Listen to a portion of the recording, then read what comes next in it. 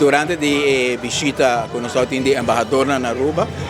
nós apresentamos perguntas, especificamente também na essa que encarregado a embaixada de Reino na Caracas, se não por manejar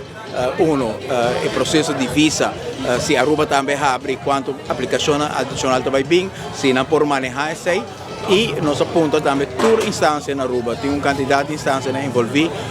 que está parte de veiligheidsdienst, parte de buitenlandse betrekkingen, parte de CMO, parte de polícia, de Ministério Público, de praticamente toda instância, DIMAS, que por mira, que se nós temos um pouco mais imigração de Venezuela para Aruba, se nós temos garantia localmente que eles não vêm em verdade também para vacância e eles não vêm para queda em verdade não para coisa não. Então todo o processo está caminhando, nós esperamos que tenha dia aqui nós trabalhamos o último conselho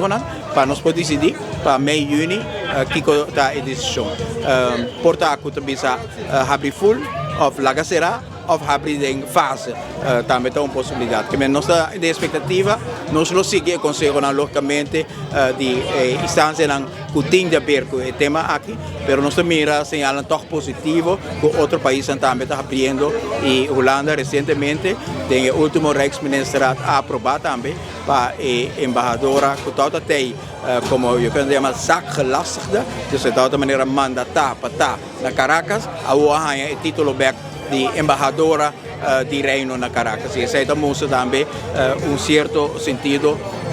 de melhoração de relação também entre Reino com Venezuela e isso tudo ajuda a decisão que nós temos que tomar.